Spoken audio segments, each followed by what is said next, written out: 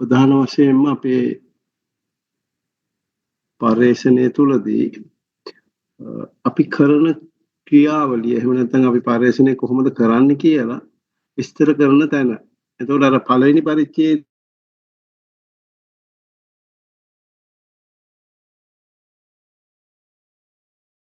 සම්පූර්ණ විස්තරය අපි කතා කරන්නේ තුන්වෙනි පරිච්ඡේදයේදී.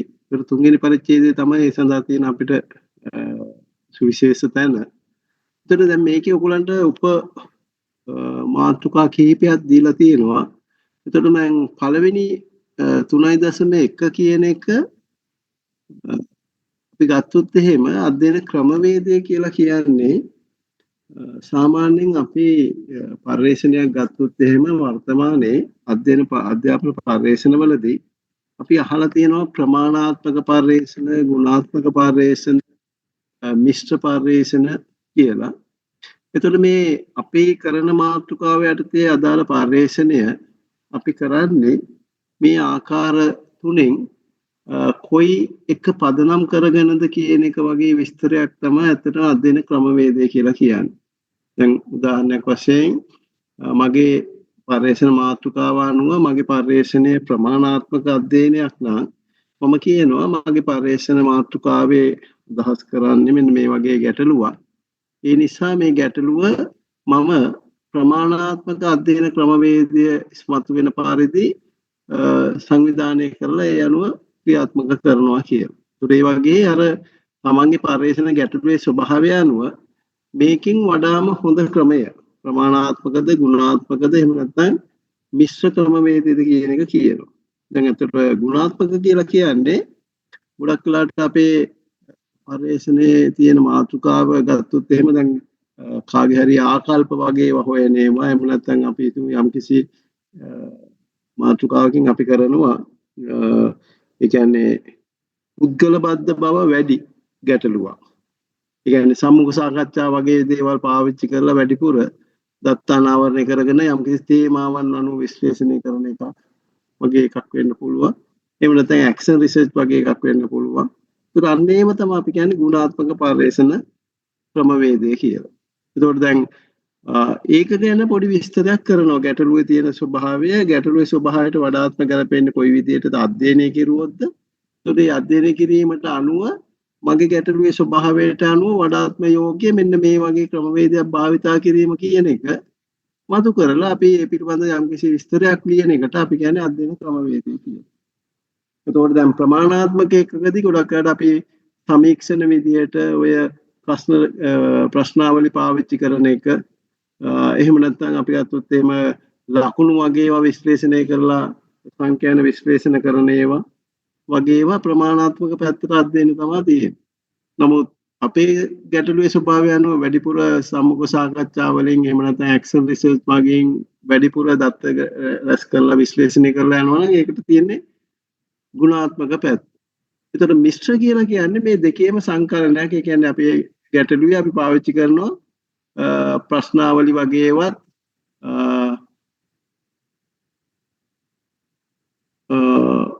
පාවිච්චි කරන්න පුළුවන්.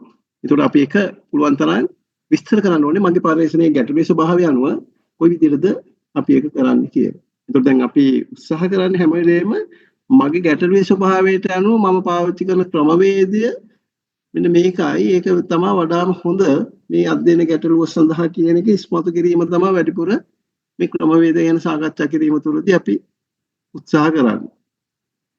එතකොට දැන් ඒක සාමාන්‍ය ඡේද දෙකක් විතර වගේ අපිට ලියන්න පුළුවන්. ගැටලුවේ ස්වභාවයට අනුව මේ ක්‍රමය යොදාගත්තේ ඇයි? මේ ක්‍රමය යොදා ගැනීම තමයි වඩාත්ම යෝග්‍ය. මෙවැනි ගැටලු අධ්‍යයනය කිරීම වගේ මේවා ඉස්මතු වෙන විදිහට විස්තර කරන්න පුළුවන්. එතකොට දැන් ඒ වගේ එකක් විස්තර කිරීම තුළ පුළුවන් තරම් උත්සාහ කරනවා අපි තමන්ගේ පර්යේෂණ සඳහා තියෙන ක්‍රමවේද පිළිබඳ දැනුම තමන් කොයි විදිහට භාවිතා කරන්න කියන එක ඉස්මතු කරන්නේ.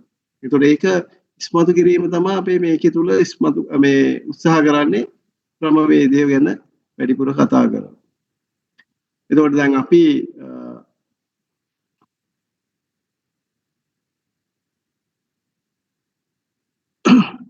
ක්‍රමවේදය ගැන කතා කරලා ඒ ගැන විස්තර කරුවන් පස්සේ අපි ලියන්න ඕනේ අපේ අධ්‍යයනයේ අරමුණු ගැන.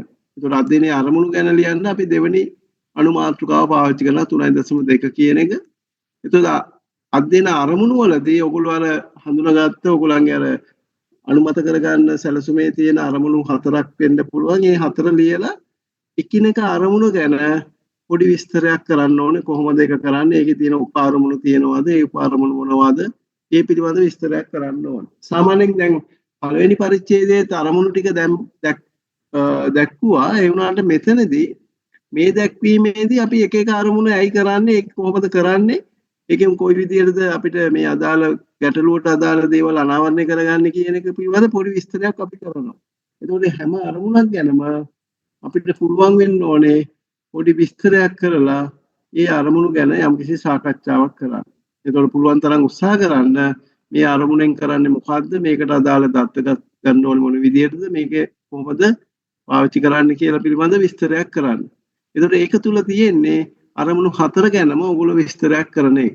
එතකොට මේ අරමුණු 4 ගැනම විස්තර කරද්දී ඔයගොල්ලන්ට පුළුවන් මේ දේවල් අනාවරණය කරගන්න මොනවද බලාපොරොත්තු වෙන්නේ අරමුණෙන් කියන එක පිළිබඳව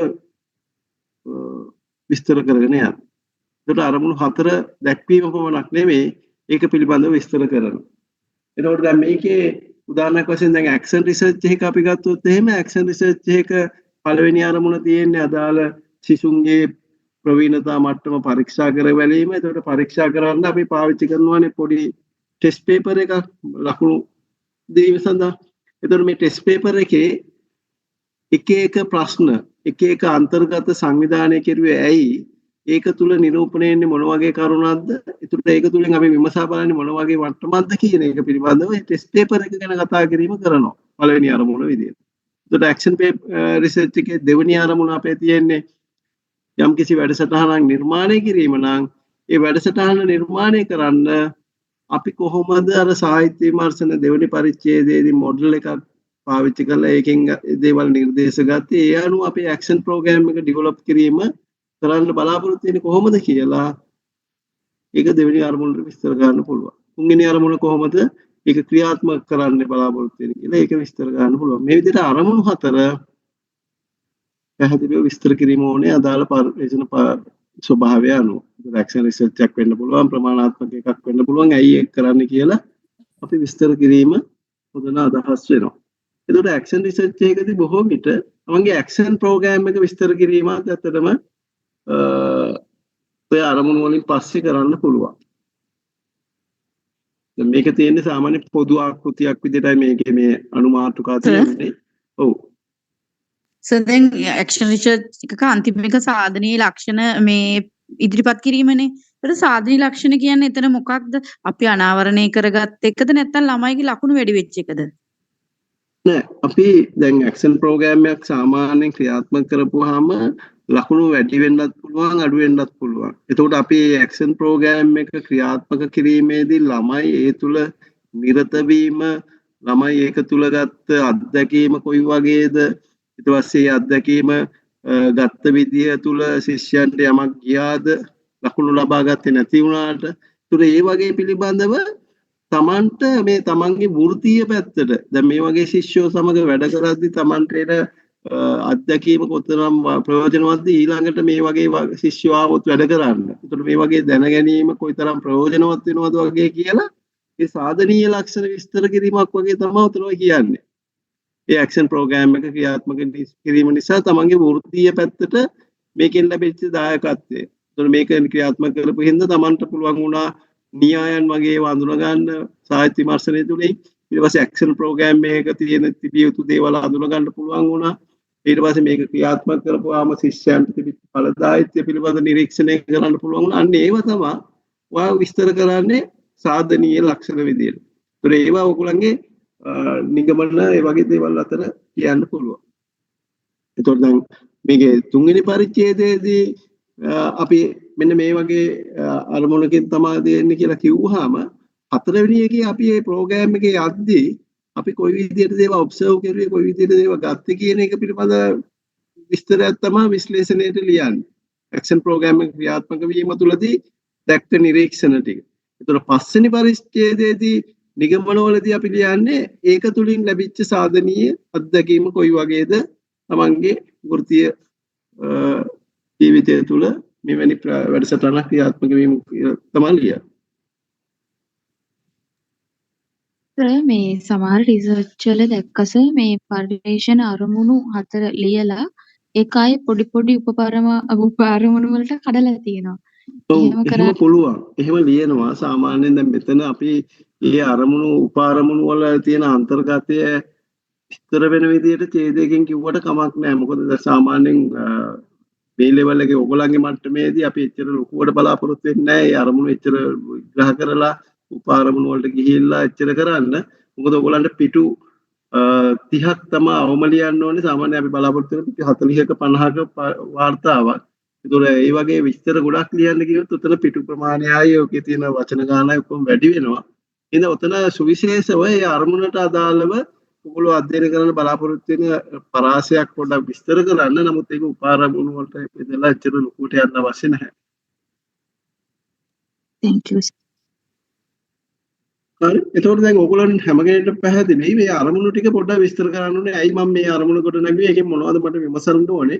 ඒකට ඒක විමසීම කොයි විදිහටද කිරුවොත් හොඳ කියලා ඔයගොල්ලෝ එතන කතා කරන්න ඕනේ. ඒතකොට ඒක විමසීම කොයි විදිහටද කරන්නේ? මොනවද ප්‍රශ්නාවලිය වලින්ද කරන්නේ? ඒක කොයි විදිහටද ගන්නෙ? මේ විදිහට කරන විදිහත් එතන පරිශ්‍රණයේ අරමුණු එක්කම පැහැදිලි කරන්න පුළුවන්. ඊට පස්සේ දැන් නියදිය කියන එක වැදගත් වෙනවා විස්තර කරන්න. නියදිය කියලා කියන්නේ දැන් ඔයගොල්ලෝ අධ්‍යයනය සඳහා ගන්න අධ්‍යයනයේ ක්‍රියාත්මක කර බලාපොරොත්තු වෙන කණ්ඩායම. එතකොට දැන් සමහරක් අයට මේ ජනගහනය නියදිය ගැන කියද්දී සමහරක් අපහැදිලිතා තියෙනවා. දැන් ජනගහනය සහ නියදිය අතර වෙනස තමයි ජනගහනය කියලා කියන්නේ අපි අධ්‍යයනය කරන මාතෘකාවට අදාළ වෙන සියලුම ඒකකයන්ගෙන් සමන්විත කුලකයට තමයි අපි ජනගහනය කියලා කියන්නේ. දැන් හිතන්නකෝ දැන් ඔයගොල්ලෝ අධ්‍යයනය කරන 10 වෙනි පන්තියේ සිසුන්ගේ සාධන මට්ටම පිළිබඳ අධ්‍යයනයක්. ඒතකොට 10 වෙනි පන්තිය කිව්වහම ලංකාවේ සියලුම පාසල්වල අදාළ විෂය මාලාව සඳහා සම්බන්ධ වෙන 10 පන්තියේ සියලුම සිසුන් තමයි ජනගහනය කියලා කියන්නේ. දැන් ඒක සමහරක් අය දක්වනවා මෙන්න මේ කලාපයේ එක AB පාසල් වල මෙච්චරක් ඉන්නවා, එක C පාසල් වල මෙච්චරක් ඉන්නවා 10 පන්ති ළමයි කියලා ඒ කලාපය ජනගහනයේ විදිහට දක්වනවා. එහෙම බෑ. ජනගහනය කියලා කියන්නේ ලංකාවෙම සියලුම පාසල් වල ඔය කියන විෂය මාලාව හදාරන 10 පන්තියේ සියලුම සිසුන් තමයි ජනගහනය කියලා කියන්නේ. දැන් ඒකෙදී ඔය ජාත්‍යන්තර විෂය මාලා හදාරන ඒ ශිෂ්‍යය ඇතුළත් වෙන්නේ නැහැ. පෞද්ගලික පාසල් වල වෙනත් විෂය මාලා හදාරන අය අයත් වෙන්නේ නැහැ. ඒතකොට අද අයත් වෙන්නේ ජාතික අධ්‍යාපන ආයතනය විසින් සම්පාදනය කරපු විෂය මාලාව ක්‍රියාත්මක කරන රජයේ පාසල් වල ඉන්න 10 පන්තියේ සියලුම සිසුන් තමයි ජනගහනය කියලා කියන්නේ. එතකොට දැන් නියදිය විදියට ඔයගොල්ලෝ කියනවා 10 පන්තියේ දැන් තමන්ගේ පාසලේ 10 පන්තියේ ළමයි 40ක්. එහෙම නැත්නම් 10 පන්තියේ තමන්ගේ පාසල් 2-3ක ඉන්න ළමයි 50ක් ළමයි 75ක් වගේ කියලා ගන්නවා. එතකොට ඒක නියදිය වුණාම ඒ නියදිය ඇත්තටම ජනගහනයේ නියෝජනය වෙන නියදියක් නෙමෙයි. ජනගහනයේ නියෝජනය වෙන නියදියක් නෙමෙයි. ඒ හින්දා අපි ඒකට කියන්නේ බොහෝ විට අපි තෝරාගන්නේ අපේ අභිමතය පරිදි. එහෙම නැත්නම් අපිට වඩා පහසුවෙන් ඇක්සස් කරලා ඒගොල්ලන්ගෙන් දත්ත ගන්න පුළුවන් විදියට. එහෙමනම් අපි කියන්නේ ඒ කණ්ඩායම අපි කියන්නේ එතකොට අපිට පහසු නියදියක්. අපි ගන්නේ 100ක් ගන්නවා 150ක් ගන්නවා කිව්වම මේක පහසු නියදියක්. එහෙම නැතුව අර සසම්භාවී විදියට නියදිය තෝරනවා කියලා කියනවා නම් ජනගහනය නියෝජනය වෙන නියදියක් කොච්චර ප්‍රමාණයක්ද කියලා අපි ඒ සඳහා තියෙන සංඛ්‍යාන වගුවකින් තමයි තෝරන්න වෙන්නේ. ඒතකොට දැන් ජනගහනය 10 පන්තියේ ළමයි කිව්වොත් එහෙම ලක්ෂ 3.5ක් විතර ඉන්නවා ලංකාවේ පාසල් පුරා 10 පන්තියේ. ඒතකොට ලක්ෂ 3.5කින් 100 දෙනෙක්ගේ තොරතුරු අරගෙන විශ්ලේෂණය කරලා අපි නියදිය ප්‍රමාණවත් කියලා ගන්න බෑ.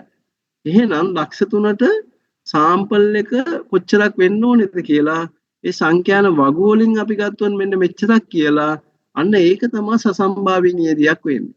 එහෙම නැතුව අපි මෙන්න මේ අපිට සමීප පාසලකින් අපිට ආසන්න පාසලකින් 100ක් විතර අරගෙන නියදිය විදිහට ගත්තොත් ඒක අභිනත නියදියක්. එහෙම නැත්නම් අපේ අධ්‍යයනයේ අපිට පහසු නියදියක් තමයි අපි ඒ තෝරගෙන තියෙන්නේ. ඒක අර නියදි ක්‍රමවේදය අනුව තෝරපු එකක් නෙමෙයි.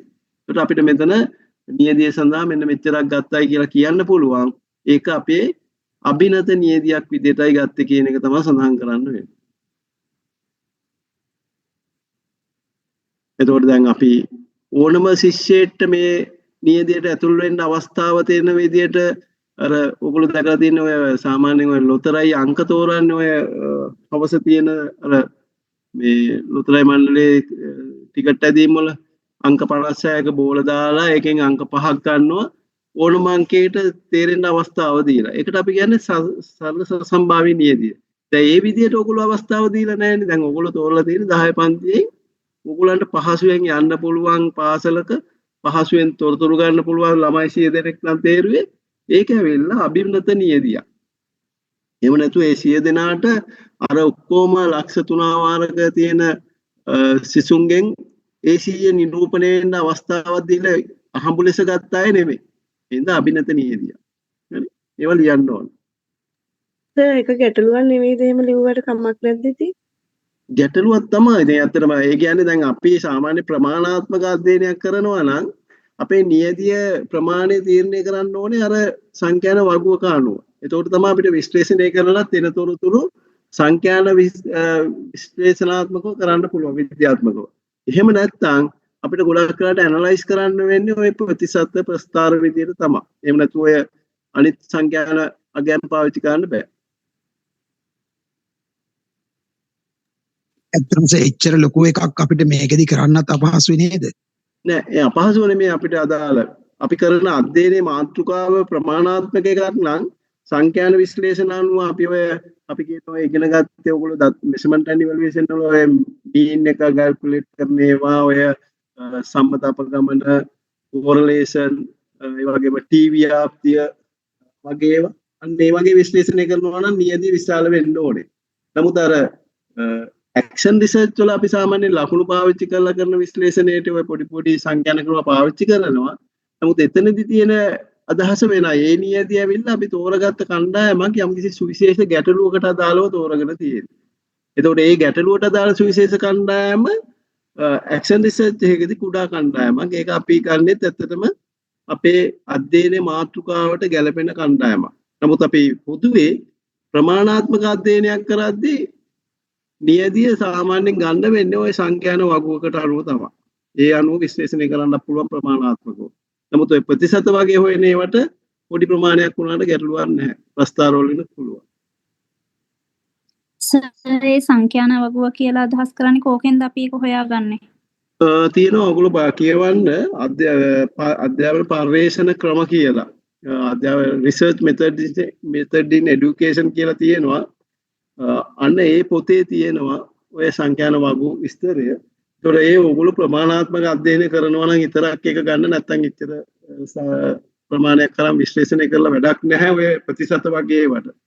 ඒක ගන්න අවශ්‍ය වෙන්නේ ඔයගොල්ලෝ ඔය සංඛ්‍යාන විශ්ලේෂණ තියෙන ඔය quantitative data analysis කියලා අපි ගන්න අර කේන්ද්‍රීය ප්‍රවණතා මිනුම් සහ සම්බන්ධතා සංගුණක ඒ වගේ ඒවා හොයන්න. අන්න ඒවලදී numeric data ගන්නවා නම් විතරයි අපි ඒක පාවිච්චි කරන්නේ. එහෙම නැත්නම් ඔය Likert scale වගේ ඒවා අර ගන්නවා නම් අපිට ඒ නියදිය එච්චර විශාල වෙන්න ඕනේ නැහැ.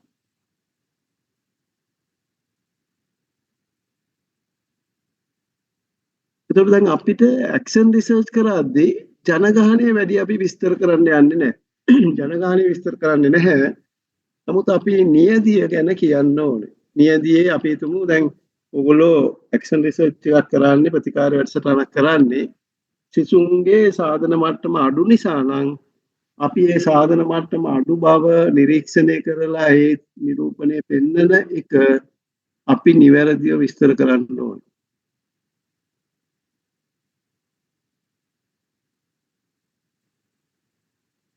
එතකොට ඇක්ෂන් රිසර්ච් එකේදී අපි නිශ්චිතවම අපි පාවිච්චි කරන්නේ අපේ කුඩා කණ්ඩායමකට අදාළ විදියට. ඉතින් ඇක්ෂන් රිසර්ච් එකකදී නියදිය ගැන අපිට ඒකේ නියදිය ඒකක ගැන අපි විස්තර කරන්න ඕනේ. ඇයි ඒ අදාළ ඒකක ප්‍රමාණය මොනවද ඒගොල්ලන්ගේ තියෙන ගුණාංග කියන එක විස්තර කරන්න ඕනේ. ඒකට ප්‍රමාණාත්මක වල එහෙම අවශ්‍ය වෙන්නේ නැහැ.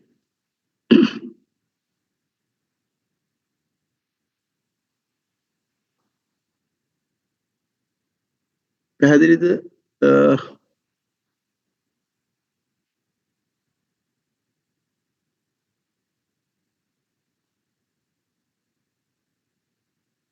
ඔයගොල්ලන්ට ඇහෙනව නේද මේ මොකද මේ කෙනෙක් මෙසේජ් එකක් දාලා තියෙනවා ඇහෙන්නේ නැහැ කියලා. අනිත් අයට ඇහෙනවද? ඔව්. දැන් එහෙනම් අපි ඊළඟට අපිට වැදගත් වෙනවා දැන් නියදිය ගැන අපි කිව්වයින් පස්සේ නියදිය ඒකක ලස්සන කියන්න ඕනේ ඇක්ෂන් රිසර්ච් එකේ එහෙම නැත්නම් ගුණාත්මක පර්යේෂණයක. දැන් ගුණාත්මක පර්යේෂණයක් කියන්නේ මොකක්ද කියලා මම නිකන් සරලව කිව්වොත් මෙහෙමයි. දැන් අපි හිතමු ඕගොල්ලෝ ගැටලුවක් තෝරගන්නවා ඒ ගැටලුවට සම්බන්ධ වෙන්නේ ඒකක සුළු ප්‍රමාණයක්. ඒතකොට ඒ සුළු ප්‍රමාණය අධ්‍යයනය කරලා තමයි ඔයගොල්ලෝ ඒ ගැන කියන්න යන්නේ. ඒතකොට දැන් ඒකෙහිඳ එතන නියදිය වෙන්නෙම ඒ තෝරාගත්ත ඒකක ටික විතරයි. ඊට වඩා වැඩි ප්‍රමාණයක් නැහැ. ඒතකොට ඒ ගැටලුව ගුණාත්මක ස්වරූපයෙන් තමයි අධ්‍යයනය කරන්නේ. ඒතකොට සම්මුඛ සාකච්ඡා වගේ ඒවා ඒතකොට ඒ තියෙන දේවල් පිළිබඳව තමයි වැඩිපුර ගැඹුරට අධ්‍යයනය කරන්නේ. ඒතකොට නියදියේදී ඒ ඒකක මොනවද ඒවල තියෙන ලක්ෂණ මොනවද කියලා පොඩ්ඩක් විස්තර කරන්න ඕනේ. නමුත් ප්‍රමාණාත්මක අධ්‍යයනවලදී නියදිය අපි අර සසම්භාවී විදියට එහෙම සරල සසම්භාවී විදියට දෙනවා නම් අර සංඛ්‍යාන වර්ගයෙන් අපි හිතමු ලක්ෂ 3ක් ඉන්නවා නම් ඉස්කෝලේ ළමයි එතන 350ක් ප්‍රමාණවත් කියලා આવොත් ඒ 350 කියන එක අපිට පුළුවන් තෝරගන්න සාමාන්‍යයෙන් ඕනම ක්‍රමයකට අහඹුලිදී තෝරගන්න පුළුවන්. එතකොට අර නියදියේ ප්‍රමාණය ප්‍රමාණාත්මක අධ්‍යයනවල. නමුත් ගුණාත්මක වලදී අර නියදිය ගැන අපි සුවිශේෂව කියන්න ඕනේ ඇයි ඒක සුවිශේෂ වෙන්නේ අදාළ ගැටලුවට කියලා. ඒකට මේ විස්තරය උතන කියන්න ඕනේ නියදියක තුලදී. ඊට පස්සේ මේ දත්ත රැස් කරන උපකරණ කියන ඒවා ඔයගොල්ලෝ දන්නවා. දැන් උදාහරණයක් වශයෙන් කියන්නකෝ ප්‍රශ්නාවලියක් කියලා. දැන් ප්‍රශ්නාවලියකින් දත්ත රැස් කරන්න ඕන වෙන්නේ එක්කෙනෙක්ගේ දෙන්නෙක්ගේ නෙමෙයිනේ. එහෙනම් බැලුව බැලමටම ප්‍රශ්නාවලි කියලා කියන්නෙම ප්‍රමාණාත්මක තොරතුරු රැස් කරන්න පාවිච්චි කරන උපකරණයක්. ඒ කියන්නේ දැන් ඔයගොල්ලෝ ප්‍රශ්නාවලියක අහනවා ප්‍රශ්නයක් දීලා ඒකට එකඟද නැද්ද? එකඟ නම් පැහැදිලි කරන්න ඔය වගේ කෙටි ප්‍රශ්නක් දෙනවා. ඒ කියන්නේ ව්‍යුහගත, අර්ධ ව්‍යුහගත, ව්‍යුහගත නොවු ප්‍රශ්නක් දෙනවා. එතකොට දැන් එක ප්‍රශ්නාවලියක් හදලා දෙන්නෙක්ට දෙන්න ප්‍රශ්නාවලිය හදන්නේ නැහැ. තුන් දෙනෙක්ට දෙන්න ප්‍රශ්නාවලිය හදන්නේ නැහැ. එහෙනම් ප්‍රශ්නාවලියක් හදන්නෙම වැඩි පිරිසකින් තොරතුරු ගන්න. එහෙනම් ප්‍රශ්නාවලි කියන එක ඔටෝමැටිකලිම ප්‍රමාණාත්මක තොරතුරු රැස් කිරීමේ උපකරණයක්. ප්‍රමාණාත්මක කියලා කියන්නේ නියදිය ටිකක් විශාල ප්‍රමාණයක දත්ත රැස් කරන ඒවා. එතකොට නියදිය කුඩා එක ප්‍රශ්නාවලි පාවිච්චි කරනවා අවම අපි පාවිච්චි කරන්නේ සම්මුඛ සාකච්ඡා. එහෙනම් ගුණාත්මක පර්යේෂණවල වැඩිපුර දත්ත රැස් කරන්නේ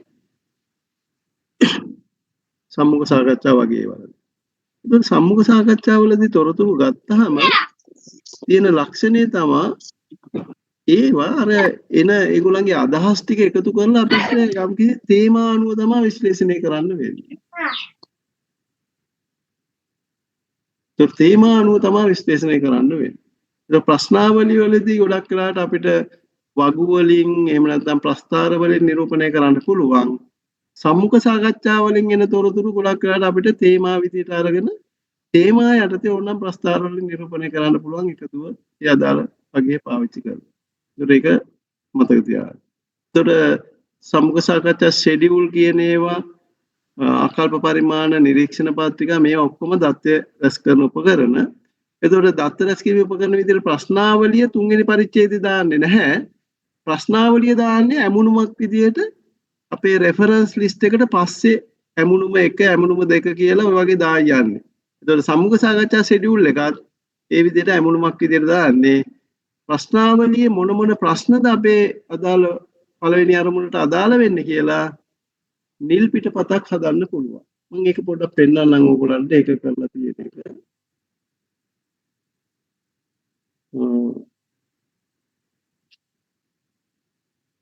මේ තියෙන්නේ ප්‍රශ්නාවලිය දත්ත රැස් කිරීමේ උපකරණ සහ සැකසීම. ඇත්තටම දැන් මේව සකසද්දී ඔගොල්ලෝ අර දෙවෙනි පරිච්ඡේදයේ සාහිත්‍ය විමර්ශනවලදී එක එක පරිශකයා කරලා ඒගොල්ලන්ගේ ප්‍රශ්නාවලිය හදපුවා ඒවල තියෙන අදහසුත් අරගෙන මේක හදන්න පුළුවන්. ඒතකොට ඒගොල්ලෝ පාවිච්චි කරපු ප්‍රශ්නාවලි උනත් ඔයගලන්ට මේකට අවශ්‍ය විදිහට සංශෝධනය කරලා පාවිච්චි කරන්න පුළුවන්. ඒතකොට ඒ ගත්තේ ඒවා ඒතකොට ප්‍රශ්නාවලියේ පළවෙනි අරමුණට අදාළ තොරතුරු මොනවද? ඒවා කොහොමද විකාශය වෙන්නේ? අංක 1 සිට දක්වා අහන ප්‍රශ්න වලින් මොනවද අහන්නේ? තේමාවක් මොනවද? ඒ වගේ ඕනනම් තව විස්තර කරන්න පුළුවන්. එතකොට හැම ප්‍රශ්නයකින්ම නිරූපණය වෙන්නේ මොකක්ද කියලා කියනවා. එතකොට සමුක සාකච්ඡාව වුණත් අපිට මේ විදිහට අපි අහන ප්‍රශ්න වලින් මොන අරමුණටද සම්බන්ධ කියලා විස්තර කරන්න පුළුවන්. මේ හැම එකක්ම අපිට මේ උපකරණ කොහොමද අරමුණු වලට සම්බන්ධ වෙන්නේ කියලා කියන්න ඕනේ. එතකොට පළවෙනි අරමුණේ තියෙන අරමුණට අදාළ ප්‍රශ්නාවලියේ එකේ සිට කීය දක්වා ඒවද? එතකොට පළවෙනි අරමුණට අදාළ ප්‍රශ්න සම්මුඛ සාකච්ඡාවේදී පළවෙනි ප්‍රශ්නයයි දෙකයිද? එතකොට අන්නේ එහෙම සම්බන්ධය අපි දක්වන්න ඕනේ. එතකොට එහෙම දක්වපුවාම අපිට පුළුවන් මේ උපකරණ කොහොමද සම්බන්ධ වෙන්නේ කියලා අපිට කියන්න. එතකොට අපි ගොඩක් වෙලාවට මේ වගේ ඕනනම් නිල් පතක් කියලා මේකට කියන්නේ. එතකොට පළවෙනි අරමුණ තියෙනවා ඒකට අදාළ සම්බන්ධ දත්ත රැස් කරන උපකරණ ටික මේ වගේ කොලම් එකක තියෙනවා. ඒකට අපිට පෙන්වන්න පුළුවන් මේකට සම්බන්ධ වෙන ඒවා මොනවද? ප්‍රශ්නාවලියේ එකේ සිට කීයේ ප්‍රශ්නද කියලා ඒව දක්වන්න පුළුවන්. මේක එතකොට මෙතන මේ දත්ත මොන වගේ කැටගරිස්ද කියලා විස්තර කරන්න පුළුවන්. ඒත් දෙවෙනි අරමුණට අදාළ දත්ත රැස් කරන උපකරණ සම්බන්ධයෙන් විස්තර කරන්න පුළුවන්. මේකට අපි කියන්නේ නිල් පතක් කියලා. ඒතර මේක ඕනනම් දාලා සාකච්ඡා කරන්න පුළුවන් ඔයගොල්ලන්ගේ තුන්වෙනි පරිච්ඡේදයේදී මේ දත්ත රැස් කිරීමේ උපකරණ සහ ඒකට අදාළ විස්තරය තුල. ඒක තුල නිරූපණය වෙන්නේ අරමුණ ඉටු කරගන්න එක එක දත්ත රැස් කිරීමේ උපකරණේ මොන ප්‍රශ්නද සම්බන්ධ වෙන්නේ කියලා අපි ඒ සම්බන්ධතාවය විස්තර කරනවා ඒ අදාළ දත්ත රැස් කිරීමේ උපකරණ කියන තැන දක්වලා.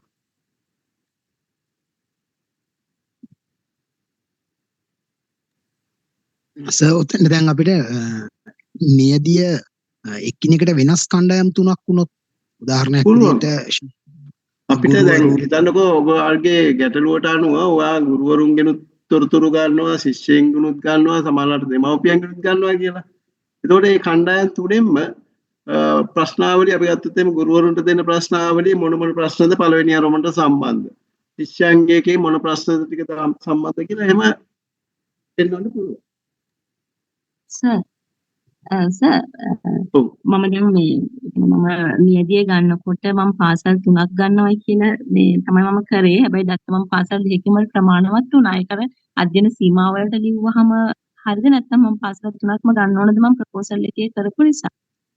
මෙහෙමයි වාගේ දැන් උදාහරණයක් වශයෙන් දැන් පාසල් 3ක් ගන්නවා නම් පාසල් 3 නියෝජනය වීම අඩු වෙන්න ඔයා දත්ත රැස් කරද්දී ඒක සීමා වෙච්ච ඒවා මොකද උනේ කියන එක පිළිබඳව වාගේ ඔය දත්ත රැස් කිරීමේ උපකරණ වලට එතනදී යෝජනා දාලා තියෙනවනේ දැන් දත්ත විශ්ලේෂණය කරන්න ගියාම තුනක් වෙනකොට දෙකක් ඇවිල්ලා තියෙන හින්දා වා එතකොට සීමාවල කියන්න ඕනේ ඇයි ඔයාලට බැරි වුනේ අර දාලා තියෙන ප්‍රමාණයට යන්න. ඒ ටික වළංගු විදියට ප්‍රකාශ කරන්න ඕන ඒ සීමාව. Hi sir, thank you. Sir ක්‍රියාමූලික පරීක්ෂණයකදී සර් ක්‍රියාමූලික පරීක්ෂණයකදී එක දරුවෙක් ගැන අරගෙන මෙහෙම මේ ළමයාගේ චර්යාව වෙනස් වෙලා ඒ ළමයාව හොඳ චර්යාවකට මේ හැඩගස්වන විදිය ගැන කළොත් ඒක කොහොමද අපි මේ කියන්නේ මේ දත්ත විශ්ලේෂණය පැත්තෙන් කරන්න ඕන ඒ ක්‍රියාමාර්ග දැන් වාගේ එතන ගොඩනගන අරමුණු ටික තියෙනවනේ ඒ අරමුණු වලට දත්ත ගන්න විදි ටික කියන්න ඕනේ. දැන් උදාහරණයක් වශයෙන් ඔයා ඒ ශිෂ්‍යයාගේ ඉන්ටර්වයුව කරලාද නිරීක්ෂණ වලින්ද ඒ නිරීක්ෂණ වලින් එන දත්ත කොයි විදියටද මොන හරි තේමා යටතේ විග්‍රහ කරන්න කියන එක ඔයා කියන්න ඕනේ. දැන් උදාහරණයක් වශයෙන් එයා හිතව තත්ත්වයට වඩා අපි මේ ක්‍රියාවලියෙන් පස්සේ හොඳ මට්ටමට ආවයි කියලා නිකන් වචනෙන් දෙකෙන් කියනවා නෙමෙයි.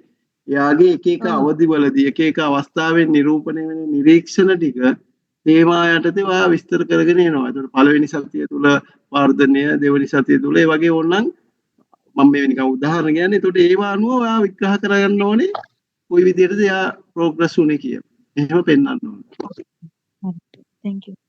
සර් අපි පාසල් ගණනක් තෝරගන්නවා මේ පාසල් වල නම් දාන්න ඕනද නැත්නම් නොදාලියන්න ඔව් ඒ කියන්නේ දැන් සාමාන්‍යයෙන් අපේ අධ්‍යයනය තුළ අපේ තියෙන පර්යේෂණ ආචාර ධර්මයක් තමයි අපි ගන්න පාසල් වල නම් සඳහන් කරන්නේ නැහැ. ශිෂ්‍යයන්ගේ නම් සඳහන් කරන්නේ නැහැ. ඒ වගේම ශිෂ්‍යයන්ගේ එහෙම නැත්නම් ගුරුවරුන්ගේ එහෙම නැත්නම් ඕනම කෙනෙක්ගේ තොරතුරු ගන්න පුළුවන් මූලාශ්‍ර අපි ගත්තොත් ටෙලිෆෝන් නම්බර්, ලිපිනයන් ඒ වගේ දේවල් සඳහන් කරන්නේ නැහැ. ඒකට ඒක ආචාර ධර්මය. ඒ වෙනුවට වෙනත් නම් පාවිච්චි කරන්නේ. නිර්නාම ඒ කියන්නේ ඒවට අපි වෙන සංකේත පාවිච්චි කරලා පළවෙනි ගුරුවරයා, දෙවෙනි ගුරුවරයා එහෙම නැත්නම් ගුරුවරයා හඳුන්වන්න පොඩි කෝඩ් එකක් පාවිච්චි කරනවා. ඒ විදිහට තමයි අපි පාවිච්චි කරන්නේ. ඒතකොට මත තියාගන්න ඕගොල්ලන්ගේ කිසිම පරිශ්‍රණයක ගුණාත්මක හරි ප්‍රමාණාත්මක හරි ඕනම එකක ශිෂ්‍යයන්ගේ ගුරුවරුන්ගේ පාසලේ අනන්‍යතාවයේ හෙළිදරව් නොවන විදිහට වෙනත් කේත තමයි පාවිච්චි කරන්නේ අපේ දත්ත විශ්ලේෂණය තුළදී. හරි සර් thank you ඊට පස්සේ දැන් අපි මම පෙන්නුවා දැන් ඔයගලන්ට එතකොට නිල්පතක් කොහොමද අපි හදාගන්නේ? එතකොට මේ නිල්පතේ දේවල්.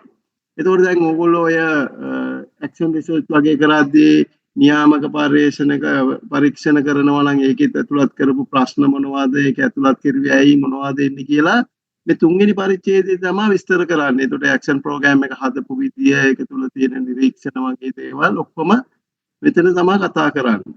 ඊට පස්සේ ඔයගොල්ලන්ට අවශ්‍ය වෙනවා තව මේක යටතේ තියෙන තේමාවක් තියෙනවා. මේ දත්ත විශ්ලේෂණය කරන්නේ කොහොමද කියලාත් කියන්න ඕනේ ඊළඟ අනුමාතෘකාව යටතේ. ඒ කියන්නේ දැන් ඔයගොල්ලෝ දත්ත විශ්ලේෂණය කරන්න බලාපොරොත්තු වෙන්නේ ප්‍රමාණාත්මක ක්‍රමද ගුණාත්මක ක්‍රමද? එතකොට ප්‍රමාණාත්මක ක්‍රම නම් ඒ සඳහා පාවිච්චි කරන්නේ ප්‍රතිශතද ප්‍රස්ථාරද වගේ දේවල්. එහෙම නැත්නම් දැන් ප්‍රමාණාත්මක ක්‍රම සංඛ්‍යාන විශ්ලේෂණ අනුව කරනවා නම් ඔයගොල්ලෝ දන්නා විස්තරාත්මක සංකේතය පාවිච්චි කරනවා. මේ මධ්‍යනය, මාත්‍ය, සම්මත අපගමනය, එහෙම නැත්නම් සහසම්බන්ධතා සංගුණක, ඒ වගේම විචලතා විශ්ලේෂණ වගේ ඒවා අපි කියන්නේ සංඛ්‍යාන විශ්ලේෂණ ක්‍රම. ඒවත් පාවිච්චි කරන්න පුළුවන් ඔය ලකුණු වගේ ඒවා විශ්ලේෂණය කරද්දී. ඒකට දැන් ඔයගොල්ලෝ කියන්න ඕනේ දත්ත විශ්ලේෂණය කරන්නේ කොහොමද තමන්ගේ පර්යේෂණය තුල. ඊට පස්සේ ගුණාත්මක දත්ත ආවම අපි ගොඩක් අයට විශ්ලේෂණය කරන්නේ තේමාවන් විදියට thematic analysis කියලා කියන්නේ. ඒකට තේමාවන් විදියට කොහොමද විශ්ලේෂණය කරන්නේ කියලා අපි කියන්න ඕනේ. ඒකට දැන් අපි හැම වෙලේම අර එක්කහු කරපු දත්ත ප්‍රශ්නාවලියේ එක්කහු කරපු දත්ත විශ්ලේෂණය කරන ක්‍රමය ගැන අදහසක් තියෙන්න ඕනේ. ඒ වගේම සම්මුඛ සාකච්ඡාවේදී එක්කාසු කරපු දත්ත විශ්ලේෂණය කරන්නේ කොහොමද කියලා අදහසක් තියෙන්න ඕනේ. එතකොට ඒ කරන විදිය මේ අනුමාතෘකාවේ ලියන්න ඕනේ දත්ත විශ්ලේෂණය කරන්නේ කොහොමද කියලා එක උපකරණ වලට අනුව එහෙම නැත්නම් තෝරාගත්ත ප්‍රශ්න රේන්ජ් එකට අනුව කොහොමද කරන්නේ. ඒතකොට ඒවා ටික නිරූපණය කරලා තියෙන්න ඕනේ 3.5 යටදී. ඊළඟට මම කලින් කිව්වා වගේ මේ අධ්‍යයන සීමා වීම කියලා මාතෘකාවක් මෙතන තියෙනවා. ඔයගොල්ලෝ එකයි පළවෙනි පරිච්ඡේදයේදී අධ්‍යයන සීමා දැම්මොත් මෙතනට දාන්න අවශ්‍ය නැහැ. නමුත් අධ්‍යයන සීමාවන් තුන්වෙනි පරිච්ඡේදයේ තමයි වඩාත්ම යෝග්‍ය තැන සාමාන්‍ය දාන එක. අධ්‍යයන සීමා වීම වලට අමතරව තව අනුමාතෘකාවක් මේකට එනවා. ගොඩක් අය ඔයගොල්ලෝ දැකලා ඇති පර්යේෂණ වල තියෙනවා. පර්යේෂණ ආචාර ධර්ම කියලා. පර්යේෂණ ආචාර ධර්ම කියලා කියන්නේ එක එක දත්ත ලබා දෙන පුද්ගලයන්ගේ ශිෂ්‍යයන්ගේ එහෙම නැත්නම් පාසල් වල අනන්‍යතාවය රැකෙන පරිදි හෙළිදරව් නොවන විදිහට භාවිතා කිරීම පිළිබඳව දක්වන විස්තරය තමයි උතන එන්නේ. ඒක තමයි උතනට එන්නේ.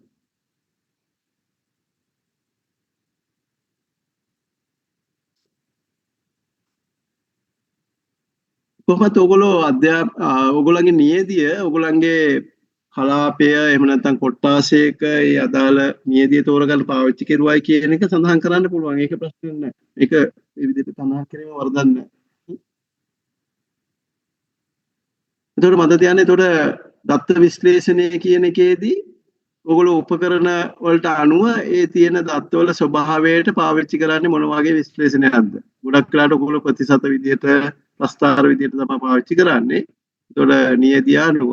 නමුත් ප්‍රමාණාත්මකව අර සංඛ්‍යාන විශ්ලේෂණ විදියට නියදියක් තෝරගත්තා නම් ඔයගොල්ලන්ට ඔය සංඛ්‍යාන විද්‍යාත්මක ක්‍රම පාවිච්චි කරන්න පුළුවන් දත්ත විශ්ලේෂණයට. ඒතකොට ඒකට විස්තරාත්මක සංකේතය කියලා ඔයගොල්ලෝ ඉගෙන ගත්තේ ඔය මාධ්‍යන්නේ මාතය සම්මත මේ වගේ කේන්ද්‍රීය ප්‍රවණතා මෙනුම් සහ සම්බන්ධතා සංගුණක විචලතා විශ්ලේෂණ ඒ වගේම ටී ව්‍යාප්තිය F ව්‍යාප්තිය වගේ අන්න ඒවත් අපිට කතා කරන්න පුළුවන් ප්‍රමාණාත්මක දත්ත රැස් කිරීමක් කෙරුවොත්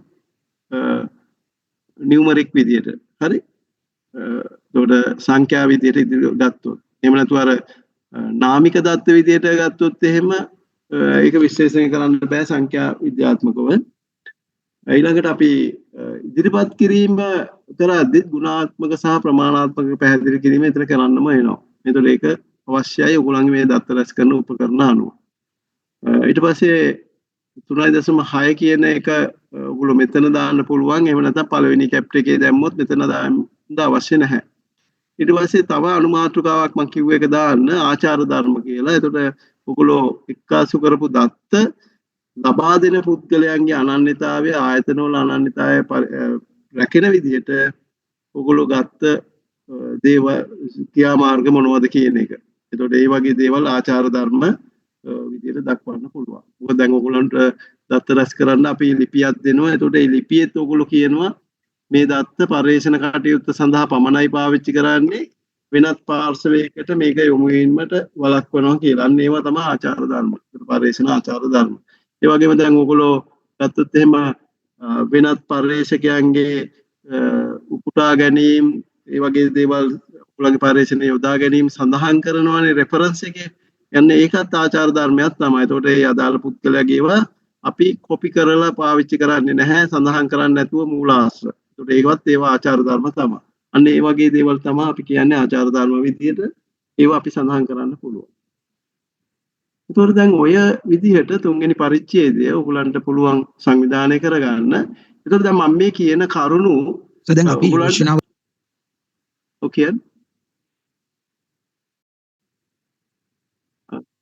මොකක් හරි කිව්ව නේද කවුරුද? එකක්නේ මාව හෙනවනේ සර්. ඔව්.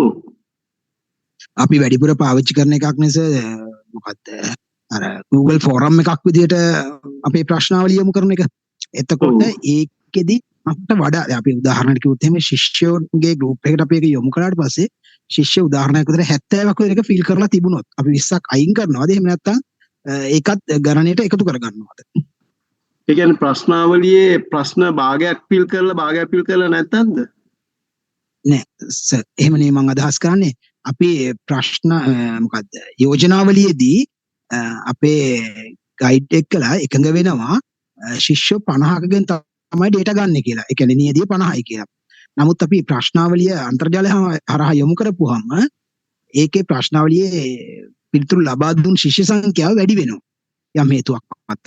එහෙම වුණොත් අපි කොයි වගේ වැඩකටද යන්නේ? එහෙම වුණොත් එහෙමයි. ඔයගොල්ලෝ දැන් ප්‍රයිවේෂන් ප්‍රොපෝසල් එකේදී කට වඩා ඔයගොල්ලන්ට නියදිය ප්‍රමාණය ආවොත් ඒක ප්‍රශ්නයක් නෑ. ඔයගොල්ලෝ දැන් පොත ලියද්දී මතක තියාගන්න ඔයගොල්ලෝ පොත ලියද්දී මේක ලියන්නේ අතීත කාලයෙන් ලියන්නේ. ඒකට අතීත කාලයෙන් ලියද්දී ඔයගොල්ලෝ දත්ත රැස් කරද්දී නියදිය විදියට ප්‍රොපෝසල් එකේ 50ක් දැම්මට 70ක් ආවොත් 70 කියලා දාලා ලියන්න. මොකද දත්ත ප්‍රමාණය තියෙනවනේ අතේ. එහෙනම් ඔයගොල්ලෝ නියදිය විදියට 70 කියලා දාන්න 50 නෙමෙයි. මොකද මේක අපි ලියන්නේ ඇත්තටම අවසානයේ අතීත කාලේ ලියන්නේ කරලා ඉවර වෙලා ලියන්නේ. එහෙනම් අපිට පුළුවන් ඒ විදිහට සම්බන්ධ කරලා ලියාගෙන යන්න. මම ඒක ඇහුවේ සර් ප්‍රොපෝසල් එකත් එක්ක සම්බන්ධ නොවන අවස්ථාවක් වෙන හින්දා. ඔව් ඒක ඔයා විශේෂයෙන් සඳහන් කරන්න. එතකොට ඒක උනම් තුන්වෙනි පරිච්ඡේදයේ ඔය සඳහන් කරන්න පුළුවන් නියදියේදී මෙන්න මේ විදිහට අවස්ථාවක් ආපු නිසා ඒ අදාළ සියලුම දෙනා ගත්තයි කියලා ඔයාට සඳහන් කරන්න පුළුවන්. ඒක අධ්‍යයන සීමා යටතේ දාන්න බැරිද? නෑ අධ්‍යයන සීමාවක් නෙවෙයි මේක. ඇත්තටම දැන් අපි 50ක් ගන්න බලාපොරොත්තු වෙනවා කියලා කිව්වම අපිට 70ක් ආපුවාම ඒක අපේ අධ්‍යයනයේට ඵලදායීතාවයක් එන්නේ 20ක් වැඩි වෙන එක. ඒතකොට නැත්නම් අපි අර 50 තෝරගන්නේ අර 20ක් අයින් කරන්න අපිට එහෙනම් නිර්ණායක ටික තියෙන්න ඕනේ අපි තෝරගන්න නියදිය මෙන්න මේ නිර්ණායකත්වයේ ගන්න කියලා. එහෙම නැත්නම් අපිට සීමාව විදියට දාන්න බෑ. හරි? එහෙනම් ওই විදිහට අපි තුන්වෙනි පරිච්ඡේදය අපි සම්පූර්ණ කරනවා. දැන් මම ඔයගලන්ට කියන්න යන්නේ හතරවෙනි පරිච්ඡේදය කොහොමද කරන්න කියලා. මොකද හතරවෙනි පරිච්ඡේදය කියලා කියන්නේ ඇත්තටම සුවිශේෂවම අපිට වැදගත් පරිච්ඡේදයක්. එතකොට මම මේකෙදි ඔයගලන්ට මතක් කරනවා දැන් අපි තුන්වෙනි පරිච්ඡේදයේ අරමුණු හතරක් අපි විග්‍රහ කෙරුවා. තුන්වෙනි පරිච්ඡේදයේදී අරමුණු හතරක් අපි විග්‍රහ කෙරුවා. දැන් හතරවෙනි පරිච්ඡේදයේදී අපි කරන්නේ ඒ අරමුණු හතර අනුව අපි විග්‍රහ කරගෙන යන්නේ. දැන් උදාහරණයක් වශයෙන් අපිට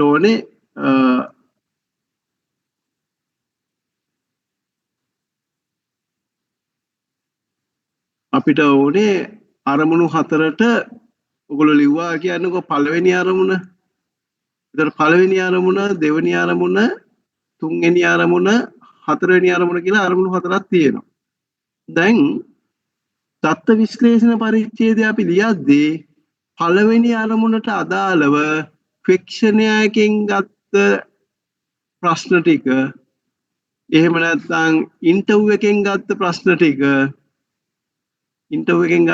ටික, ඒ වගේම වෙනත් ආකාරයේ දත්ත රැස් කිරීමේ උපකරණයෙන් ගත්ත ප්‍රශ්න ටික හරි නිරීක්ෂණ සටහන් ඒ ටික අදාළ ටික අරගෙන විශ්ලේෂණය කරන එක තමයි පළවෙනි අරමුණ යටතේ කරන්නේ.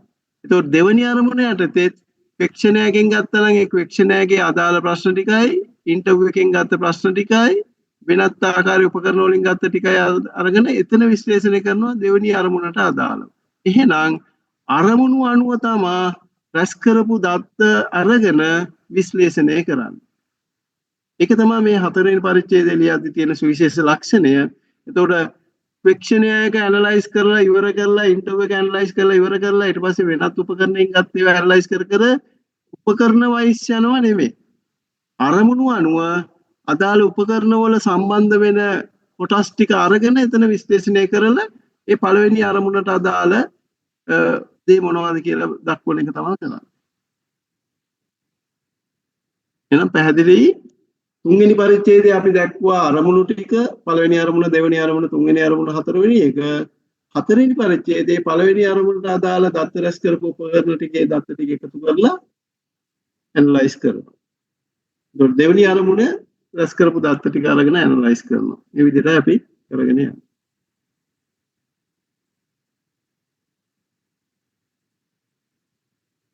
එහෙනම් මේකේ තියෙනවා යම්කිසි අනුපිළිවෙලක්. එතකොට අපිට දත්ත රැස් කරපු උපකරණ වෙන වෙනම අරගෙන ඇනලයිස් කරලා ඉවර කරනවා නෙමෙයි. අපි කරන්නේ පළවෙනි අරමුණට අපි රැස් කරන උපකරණ දත්ත රැස් කරපු උපකරණ වලින් සම්බන්ධ වෙන ක්වෙක්ෂන්ස් ටිකයි ඉන්ටර්විව් එකෙන් අහපු ප්‍රශ්න ටිකයි අරගෙන පළවෙනි අරමුණට අදාළ දත්ත ටික එක තැනක විශ්ලේෂණය කිරීම කරනවා. දෙවෙනි අරමුණට අදාළ දත්ත එක තැනක විශ්ලේෂණය කිරීම කරනවා. එතකොට මේකම තමයි ඕගොල්ලන්ගේ පස්වෙනි පරිච්ඡේදයට අදාළ වෙන්නේ. පස්වෙනි පරිච්ඡේදයේදී පළවෙනි අරමුණට අදාළ විශ්ලේෂණයේ නිගමන ටික අපි ලියනවා පළවෙනි අරමුණ යටතේ. දෙවෙනි අරමුණට අදාළ විශ්ලේෂණයේ නිගමන ටික ලියනවා දෙවෙනි අරමුණ යටතේ. තුන්වෙනි අරමුණට අදාළ විශ්ලේෂණයේ නිගමන ටික ලියනවා තුන්වෙනි අරමුණ යටතේ. හතරවෙනි එකට අදාළ නිගමන ටික ලියනවා හතරවෙනි අරමුණ යටතේ. ඔන්න ඔහොම විදිහටයි අපි පස්වෙනි පරිච්ඡේදයේ නිගමන ටික ලියන්නේ. එතකොට මේකේ අනුපිළිවෙල සමානයි හතරවෙනි පරිච්ඡේදයේ පස්වෙනි පරිච්ඡේදයේ. මොකද ඒකේ ලියන ඕඩර් එක ඒ විදිහටමයි යන්නේ. එතකොට මෙතනදී තව පොඩි දෙයක් මම ඔයගලන්ට ඇඩ් කරන්නම්. දැන් පළවෙනි අරමුණේ ඔයගලන්ගේ රැස් කරපු දත්ත අපි දත්ත රැස් කරන්නේ ප්‍රාථමික මූලාශ්‍ර වලින්. දැන් උදාහරණයක් වශයෙන් ඔයගොල්ලෝ ප්‍රශ්නාවලියක් හැදුවොත් ඒක ප්‍රාථමික දත්ත රැස් කිරීමේ උපකරණයක්. ඉන්ටර්විව් එක පවත්වපුවම ඒක ප්‍රාථමික දත්ත රැස් කිරීමේ උපකරණයක්. එතකොට ඒ දත්ත රැස් කරන උපකරණයෙන් ගෙන ආපු දත්ත විශ්ලේෂණය කරලා එන නිගමනයේ ලිව්වහම දැන් ඕගොල්ලන්ට තව තැනක් තියෙනවා ඕගොල්ලන්ගේ මේ පළවෙනි අරමුණේ නිගමනයේට සම්බන්ධ වෙන්න පුළුවන්. ඒ තමයි දෙවෙනි පරිච්ඡේදයේ ඔයගොල්ලෝ ලිව්වනේ අනුභවික අධ්‍යයන ටික. දෙවෙනි පරිච්ඡේදයේ අනුභවික අධ්‍යයනය අපි හිතමු පර්යේෂකයෙක්ගේ අනාවරණයක් තියෙනවා. ඒ අනාවරණයේ තියෙන තොරතුරු වගේම තමයි මගෙත් මේ පළවෙනි අරමුණේ දත්ත විශ්ලේෂණය කරලා යන අරමුණු මේ අගයන්ක සම්බන්ධය. ඒතර මම කියනවා අදාළ පර්යේෂකයාගේ නිගමන මගේ පර්යේෂණයේ නිගමන හා සමානයි කියලා. එතකොට දෙකම සමානයි. එතකොට පළවෙනි අපි කියන අනුභවික අධ්‍යයනයේ අපි ගත්ත දෙවෙනි පරිච්ඡේදයේ දක්වපු පර්යේෂකයාගේ අනාවරණ අපේ පර්යේෂණයට වඩා වෙනස් වෙනවා නම් ඒක වෙනස් වෙනවායි කියලා කියනවා. ඒ දෙක සංසන්දනය කරන්න යන්නේ නැහැ. අපි කියන්නේ අදාළ පර්යේෂකයා මෙන්න මේ විදිහේ පර්යේෂණය තුළ මෙන්න මෙහෙම අනාවරණයක් ගත්තා. එතකොට ඒ තොරතුරු මම විශ්ලේෂණය කරපුවම මගේ එකේ එන්නේ මෙන්න මේ විදිහටයි කියලා විස්තරයක් කරගෙන යන එක තමයි කරන්නේ. එහෙනම් නිගමන වලට සාහිත්‍ය විමර්ශනයේ තියෙන සම්බන්ධතාවය ඔයගොල්ලෝ දක්වනවා කොහොමද කියලා. එහෙනම් ඔයගොල්ලන්ට පැහැදිලි මේ පර්යේෂණ වාර්තාව සම්පූර්ණ වෙද්දී අපේ තියෙන එකිනෙක කොම්පොනන්ට් එකක් පර්යේෂණය තුළ හැමතැනදීම සම්බන්ධ වීමේ ස්වභාවයක් තියෙනවා. එතකොට අපි අරමුණු ඉටු කරගන්න අපි නිගමන දත්ත විශ්ලේෂණය කරපුවාම වෙන පර්යේෂකයෙක් ඒ විදිහටම පර්යේෂණයක් කරලා එයාගේ ආපු අනාවරණයි අපේ එකයි සමානද නැද්ද කියලා අපේ නිරීක්ෂණ ටික මෙතන නිගමනවලදී සම්බන්ධ කරලා තියෙනවා.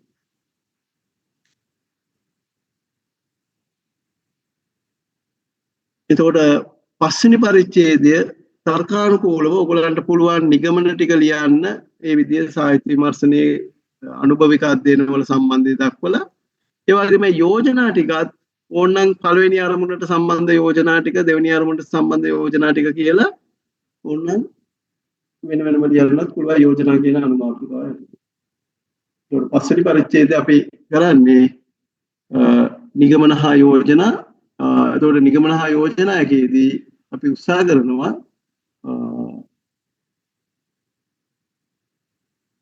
පස්වෙනි පරිච්ඡේදයේ නිගමන හා යෝජනා කියන එක ලියද්දී අරමුණු අනුවම නිගමන සහ යෝජනා පිළිවෙල දක්වනවා.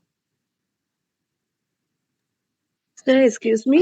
Sir, මේ මෙතනදී මේ එතකොට මේ න්‍යායයන් සම්බන්ධ කරලා ලියන්න බැරිද sir? න්‍යායයන් සාමාන්‍යයෙන් අපි ගොඩනගා ගන්නේ න්‍යායයන් වල අදහස් අරගෙන තුන්වෙනි පරිච්ඡේදයේ තියෙන ඒවා නිර්මාණය කරගන්න තමයි. ඒතකොට න්‍යායයන් වල තියෙන ඒවා බොහෝ විට අනුභවික අධ්‍යයනයේ වල කියන්නේ මම කිව්ව එකයි අර සාම්පලයක් පාවිච්චි කරලා දත්ත විශ්ලේෂණය කරලා එන නිගමනනේ. ඒවත් එක්ක තමයි අපේ නිගමන එක්ක සම්බන්ධ වෙන්නේ. ඒතකොට න්‍යායක් ඒ විදිහටම ප්‍රූව් කරන්න යනවා නම් තමයි එහෙම සම්බන්ධ වෙන්නේ. ඒක වෙනයි.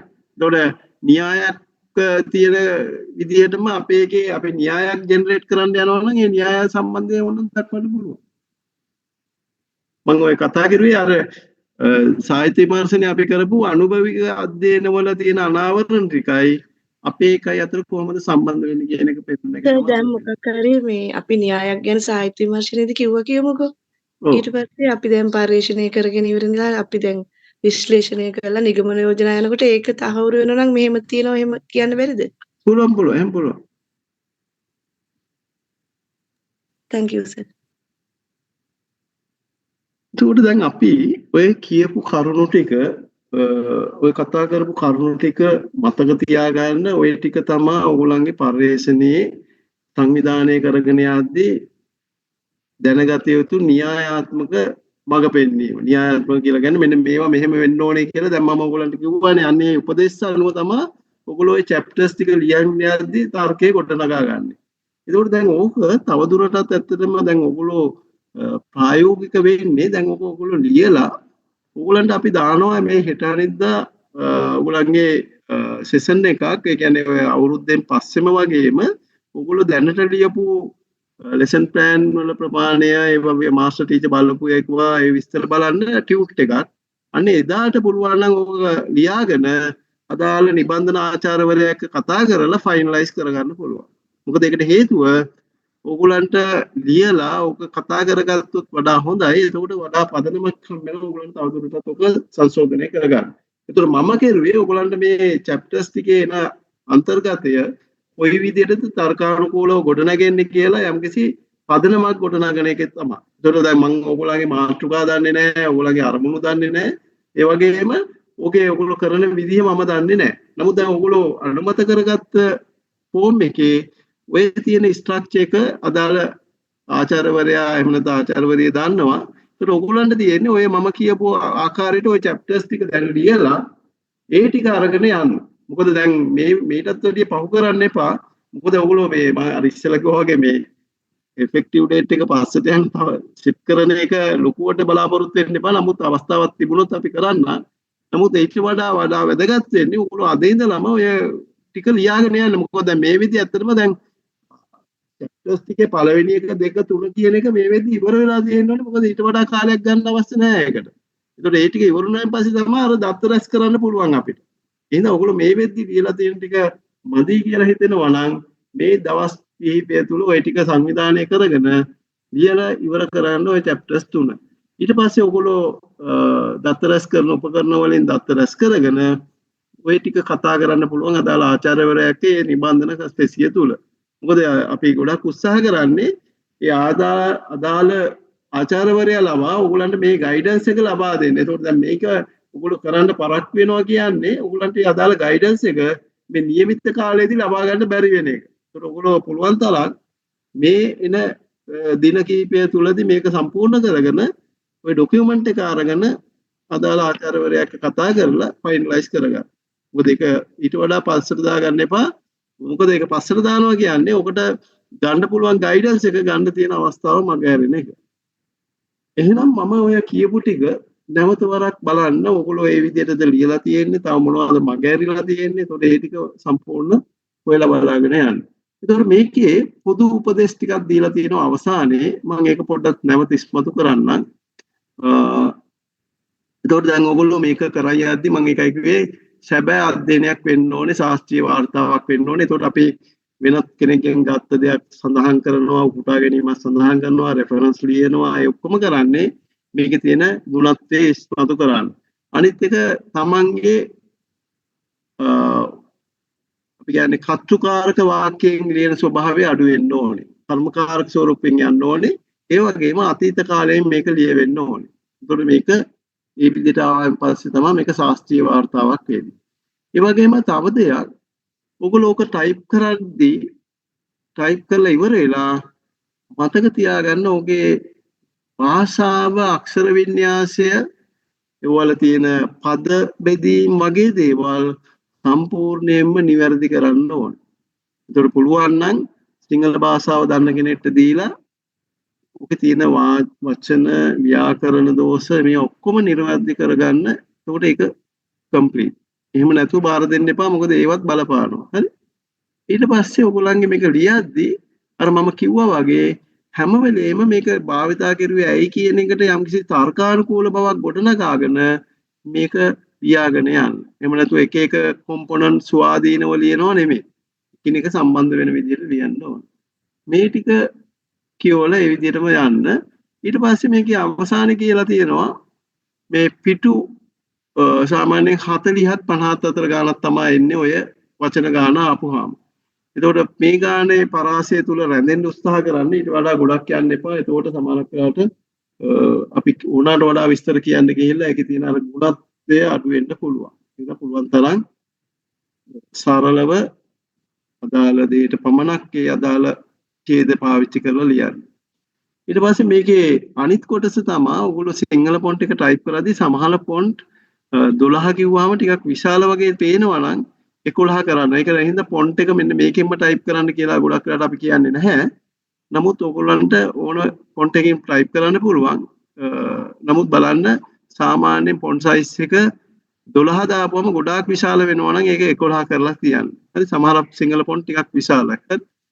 ඒ වගේම ඔයගොල්ලෝ පිටු අංක යොදද්දී මේ විදිහට පාවිච්චි කරන්න. මේ පිටුවේ මැදට එන විදිහට පාවිච්චි කරන්න. එතකොට ටයිටල් එකට මුල් පිටුවට අංක දාන්න එපා. ඒ කියන්නේ මාතෘකාව තියෙන පිටුවට දාන්න එපා. එතකොට පළවෙනි පිටු කිහිපයට එන්නේ රෝමී ඉලක්කම්. බඳ කොටස පරිච්ඡේදය 1 ඉඳලා ඉස්සරහට යන ඒවා පරිච්ඡේද 5 දක්වාම අපි පාවිච්චි කරන්නේ දශම සංඛ්‍යා. ඒ කියන්නේ 1 2 3 4 5 කියන සංඛ්‍යා. ඊට පස්සේ රෙෆරන්ස් එකටත් අංක දානවා. ඇමුණුම් විදියට දාන දැන් ඔයගොල්ලෝ ප්‍රශ්නාවලිය පාවිච්චි කරන එක ඇමුණුමක් විදියට දානවා ඉන්ටර්වල් ෂෙඩියුල් එක ඇමුණුමක් විදියට දානවා ඒවට අංක දාන්නේ නැහැ. ඒතකොට ඒවා ඇමුණුම එක ඇමුණුම දෙක කියලා අර මුල් පිටුවල සඳහන් කරලා තියෙනවා. ඒතකොට දැන් ඒක මේ විස්තරේ තියෙනවා. හරි? ඊට පස්සේ අනිත් එක තමයි નિયમિત දිනට බාර දෙන්න ඕනේ. ඊට පස්සේ බාර දුන්නොත් එහෙම අවුරුද්දක් පහු වෙලා තමයි ඉෆෙක්ටිව් ඩේට් එක වෙන්නේ. ඒ කියන්නේ ඔයගොල්ලන්ගේ නිබන්ධනයේ බාර දෙන දිනය දවසක් හරි පහු වුණොත් ඉෆෙක්ටිව් ඩේට් එක වෙන්නේ ඊට වඩා අවුරුද්දක් පස්සේ දවසක් වෙනවා. බාර දෙන්න පුළුවන් ඉෆෙක්ටිව් ඩේට් එක අවුරුද්දක් පස්සට යනවා. ඒක තමයි ලක්ෂණ. හරි? නමුත් අපි බලමු මොකක් හද කතා කරන්න පුළුවන්ද කියලා. නමුත් මම ලොකුවට විශ්වාසයක් තියන්නේ නැහැ. මොකද අපි ගොඩක් කල් ගියා. මොකද මේ දෙසැම්බර් තමයි අපි අවධානය කෙරුවේ. නමුත් ඒක එහාට ගිහලා දැන් මාර්තුත් ඇවිල්ලා ඊට පස්සේ දැන් අප්‍රේලුත් වෙනවා. එතකොට අප්‍රේල් මාසෙත් අර උගලන්ට නිවාඩු ටිකක් තියෙනවා. ඒකද මත ධානය දෙසැම්බර් නෙමෙයි මේ මැයි මාසේ ওই දීපු දිනේ තමයි ගොඩක් අයට අපි කන්සිඩර් කරන්නේ. ටීචින් ප්‍රැක්ටිස් පහ වුණාට ටීචින් ප්‍රැක්ටිස් එකේ බලපෑමක් නැහැ. ඕකේ ඉෆෙක්ටිව් ඩේට් එකට. මොකද ඊට ටීචින් ප්‍රැක්ටිස් පහ වෙලා දාන්න බැරි. ටීචින් ප්‍රැක්ටිස් එක මෙහි ලෙසන්ස් දෙකක් කරනවානේ කොළඹ පාසලක. එතකොට ඒක උගලන්ගේ මාස්ටර් ටීචර් ප්‍රතිඵල එව්වයින් පස්සේ තමයි අපි පටන් ගන්නෙ. ඉතින් එතන පොඩි ඩිලේ වීමක් වෙන්න පුළුවන්. උගලන්ගේ ඔය මාස්ටර් ටීචර්ලා નિયમિત දිනට ඒ ලකුණු ටික එව්වේ නැත්නම්. ඉතින් ඒක බලපෑමක් වෙන්නේ නැහැ ඔයගොල්ලන්ගේ සහතිකයේ ඉෆෙක්ටිව් ඩේට් එකට. හරි? ඉතින් ඒ નિયમિત දෙන්න බාර දෙන්න. ওই ටික තමයි අපි අද කතා කරන්නේ. ඊට අමතරව මට කියන්න ඕනේ තව දෙයක් තියෙනවා. ඔයගොල්ලන්ගේ මාස්ටර් ටීචර් මේ වෙද්දී එක ලෙසන් එකක්වත් බලලා නැත්නම් අපේ ඔෆිස් එකේ මංජුට කතා කරලා විස්තරය දෙන්න. අපි මාස්ටර් ටීචර්ට කතා කරලා ඒ අදාළ දේ පැහැදිලි කරගන්න මොකද ඒකට හේතුව කියලා. එතකොට මාස්ටර් ටීචර් මේ වෙද්දී ලෙසන් එකක් බලලා තියෙනවා නම් ගැටලුවක් නැහැ. එහෙම බලලා නැත්නම් අපිට ඔෆිස් එකට ඔයගොල්ලෝ සවුදාට කතා කරලා කියන්න. ඊට අමතරව දැන් ඉස්කෝල වෙනස් වෙච්ච අය මාස්ටර් ටීචර්ලා වෙනස් වෙච්ච අය ඒ අලුත් මාස්ටර් ටීචර් කතා කරුවේ නැත්නම් ඒවත් පොඩ්ඩක් කියන්න. එතකොට අපිට පුළුවන් ඒක හොයලා බලලා ඔයගොල්ලන්ව දැනුවත් කරන්න. එතකොට අද දවසේ කරපු දේශනයත් සමග ඔයගොල්ලන්ගේ පාඨමාලාවේ සියලුම දේශන අවසන්. එතකොට මෙතනින් පස්සේ ආපහු දේශන නැහැ. එතකොට ගුරු පුහුණුව විතරයි තියෙන්නේ. ඒ වගේම ඔයගොල්ලෝ මම හිතන්නේ දැක්කා ඔයගොල්ලන්ගේ පස්සේ බැච් එක පටන් ගන්නවා අපි ලබන දැන් ඉන්ටර්ව් තියෙනවා ලබන සෙන්සුරාදා ඉරිදා. ඊට පස්සේ ඒකටත් අපි උත්සාහ කරනවා 700ක් ගන්න. එතකොට දැන් මම ඔයගොල්ලන්ගේ පාඨමාලාවෙන් පස්සේ ආපහු කෝඩිනේටර් වෙන්නේ නැහැ. මම අයින් වෙනවා. එතකොට කෝඩිනේටර් වෙන්නේ චන්ද්‍රදිත් සර්. එතකොට එයා තමයි දැන් ඔය අලුතෙන් පටන් ගන්න එකේ අලුත් කෝඩිනේටර්. එතකොට මම දැන් පාඨමාලා මම හිතන්නේ 4-3ක් විතර කෙරුවා සතියන්ත. එහෙනම් මෙතනින් පස්සේ මම කෝඩිනේටර් වෙන්නේ නැහැ. එතකොට ඔයගොල්ලන්ගේ රිසර්ච් දෙනකන් මම කෝඩිනේටර් තමයි. එතනින් එහාට ආපහු කෝඩිනේටර් වෙන්නේ නැහැ. ඔයගොල්ලන්ගේ පාසල් වලත් ඉන්නවා නම් අර අලුත් ටෙස්ට් එක ලියපු අය ඒගොල්ලන් පොඩ්ඩක් දැනුවත් කරන්න. ඉන්ටර්ව් එක තියෙන්නේ ඒගොල්ලන්ගේ නම් ලිස්ට් එක දාලා තියෙනවා වෙබ් එකේ. ඒක බලලා ඉන්ටර්ව් එකට සිලෙක්ට් වෙලා තියෙනවා නම් 28 මේ 29 30 දවස් දෙකේ ඉන්ටර්ව් තියෙනවා කියලා කියන්න. හරි? එහෙනම් ඔයගොල්ලන්ට සියලු දෙනාට බොහොම ස්තුතියි. ආපහු ඔයගොල්ලෝ සම්බන්ධ වෙනවා අපිට නිබන්ධන පන්තියේදී. නිබන්ධන පන්තියේදී ඔයගොල්ලන්ගේ ඔය තියෙන ගැටලු සහ සියලුම දේවල් අරගෙන එන්න ටීචින් ප්‍රැක්ටිස් සම්බන්ධව. ඒතකොට පොත්වලත් ඔයගොල්ලෝ මේ දක්වා කරපු ටික සම්පූර්ණ කරගෙන අදාළ නිබන්ධන ආචාර්යවරයාගෙන් අදාළ උපදෙස් ටික ගන්න බලාගෙන ඉන්න. මොකද ඒකට ඇවිල්ලා නිකන් යන්න නෙමෙයි. ඒතකොට ඔයගොල්ලන්ට ඇත්තටම මේ කාලය තුල නිබන්ධන ආචාර්යවරයෙක් පත් කරලා තියෙන්නේ ඒ ගයිඩන්ස් සඳහා. නමුත් ඒක නොකර ඔයගොල්ලෝ වැඩ නොකර ඇවිල්ලා එතනින් ගන්න දෙයක් නැහැ. ඒක ඔයගොල්ලෝ ලියාගෙන එන්න. ටයිප් කරුවේ නැතත් කමන්නේ අතින් ලියාගෙන එන්න. එතකොට ඒක බලලා ඒගොල්ලෝ උපදෙස් දීලා දෙනවා. හරි? එහෙනම් සියලු දෙනාට බොහොම ස්තුතියි. හරි? හරි තියෙනවා නම් ඔයගොල්ලෝ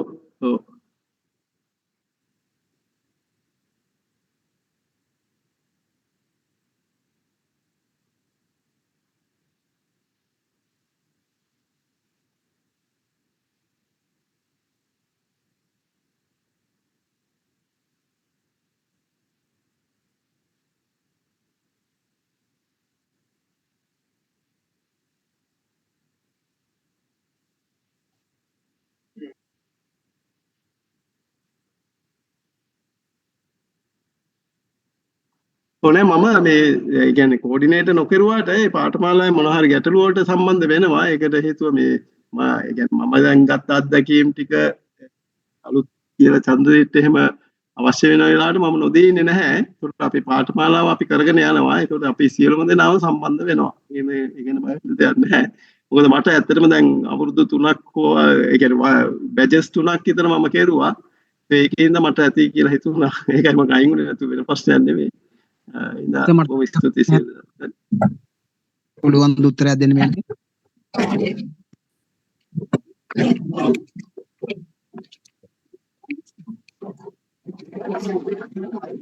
එහෙනම් අපි අවසන් කරමු. එහෙනම් බොහොම ස්තුතියි සියලු දෙනාට. ඔයගොල්ලෝ එනම් වැඩ කටයුතු කරගෙන යන්න નિયમિત දිනට අපි සම්බන්ධ මේ බාර දෙන්න පුළුවන් විදිහට යන් මොන හරි ගැටලුවක් ආවොත් අපි ඒක විසඳ ගන්න අවස්ථාවක් කරගමු. ගොඩාක් ස්තුතියි sir. Thank you, sir. Thank you sir. Thank you. Thank